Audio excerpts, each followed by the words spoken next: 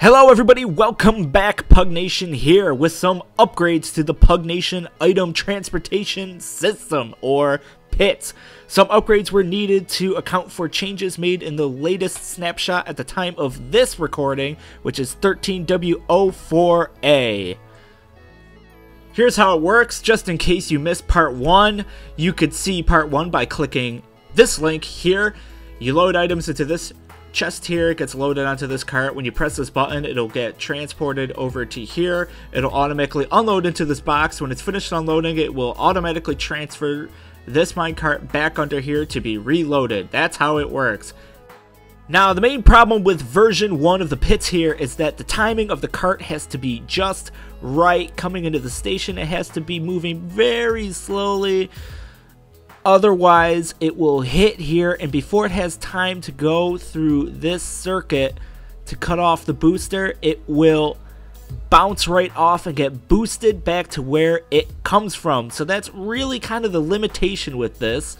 And the other thing is it's very big. It's not very compact at all. Pretty inefficient work here. It's a 4x2 circuit with 2 sticking out on the side, and we can do better than that, my friends. Also, another problem that complicates the timing of that mechanism is that as of update, I believe 13W04A, this is when this changed. That is the latest snapshot at the time of this recording.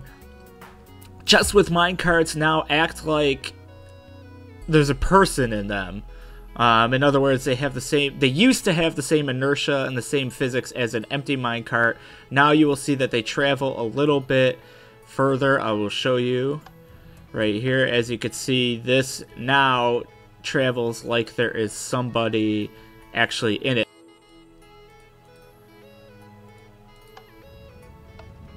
Wow, actually, as you can see, the chest with minecart is actually looks like it's outpacing me. And that is new to my knowledge as of 13W04A. Maybe it came out in the... Yeah, look at that. It's actually going faster than me. So that definitely complicates the timing with this mechanism. So I wanted to update it to make it more compact and make it so that the timing wasn't such an issue. Okay, here is version 2 of the Pug Nation item transport system. Timing on this one is not an issue, and as you will notice, the redstone circuitry is way more compact. As opposed to having that ugly circuit there, we now just have a 4x1. You load your items into here. I'll load 10 blocks of gold. They will automatically go through the hopper into this cart, and when you push this button, they will be transported over here and automatically unloaded into here. This is now way more compact. It is the redstone circuitry is actually only these 2x1 as opposed to the 4x2. That's the whole thing right there. Amazing. And the speed doesn't matter. I have this booster rail here, and this comes whipping in at full speed, and it works just fine.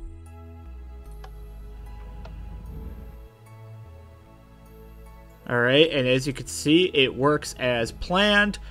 Even though it's going very fast, way faster than over there, it still is able to make it to this station, stop, unload, and then sensing that it is unloaded, this will turn back on and turn that booster back on and send it back on its way. And now the problem with this is that it's inconsistent. It's buggy as of this weekly snapshot. Now we'll try it again, and I bet you it won't work. It'll hit, oh, see, it's working perfectly again. It empties the whole thing and sends it right back. Now, earlier I was having a problem with the timing of this. Let's see if I could actually get it on camera. Where it was only working about, yeah, see, there we go. So it works sometimes, and then other times the timing is off and it'll send it right back. Now, for all intents and purposes, it should work every time. I'm not sure why. It works about 50% of the time. So way more compact, but not as consistent. That brings us to version 3. This is still the same compact version that it was, but a little bit more complicated over here. I have a little bit of a different mechanism going on. So let me explain what's happening. Instead of 2 hoppers, we have 3. You could do this with 2 hoppers, but as I'll show you right here, then you wouldn't be able to hide it. You could do this with 2 hoppers, but then one of the walls would have to be that piston, which I don't like. If you do it with 3 hoppers, when you're hiding this circuitry, you see you can hide that piston. Looks a little bit better, I think. So how this is going to work, and this works 100% of the time. So this is compact, a little less compact than version 2, but as of this snapshot, 13W04A, it is 100% effective and does not depend on the speed. And I'll just demonstrate that, and you can watch what happens, and then I'll slow it down and explain it for you. Ba-boom! It unloads everything, gets pushed off, and gets pushed right back. So, pretty self-explanatory. The cart gets boosted down here.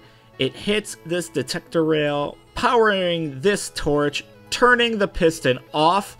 This piston retracts, which allows the cart to just sit on top of this hopper. When the hopper, when this hopper has an inventory, this comparator is on, which keeps the piston, retracted. And then as soon as this hopper is emptied, when the minecart above it is emptied, it'll turn this off, turning this torch back on and activating this piston, pushing it back down the track. I'll let you see that again. I'll load all this stuff into this chest. It all goes down through the hopper into the minecart. Hit this button. It'll unload all that stuff. When it's done, this comparator will switch off, turning that torch on. It gets pushed back down and boosted back to where we were. So yeah, this is version 3 of the Pug Nation item transportation system. Fairly compact, pretty easy to build, and 100% consistent. Even with minecarts going at full speed through here, it works. And it's very easy to hide this circuitry. Very, very easy to hide this circuitry. Whoops. Just build it into a wall. You could take your blocks, and just, you picture that this is in a room. And boom, you can't see any of the circuitry behind it when you build this wall up. Same with the other side here. Very easy to hide this as well if you build it into a wall. You imagine this is your room. And that's your wall right there. And everything still works the way it should. So all you would see is you would load stuff into this chest, hit this button, everything works as it should, goes down here, and then on this end in the warehouse, all you see is this chest. That's it. So yeah, guys, thank you very much for watching this update. Be sure to click here if you have not seen the first tutorial of this video. Again, this was shot using Weekly Snapshot 13W04A, so a caveat here is that everything may change as the update approaches. This is all, of course, in the testing phase, but I really just wanted to show this to you guys because I think it's very, very useful. I am currently filming the Let's Play episode where I will be implementing this in a tree farm and in an underground mine. Really, really cool stuff. Be sure to check out my Journey to Space series if you haven't already. Be sure to check out my Super Hostile playthrough. I am playing Sea of Flames 2. Check out my Let's Play if you haven't already. Leave a like, comment, and subscribe. Thank you very much for watching, guys. I'll see you all very soon.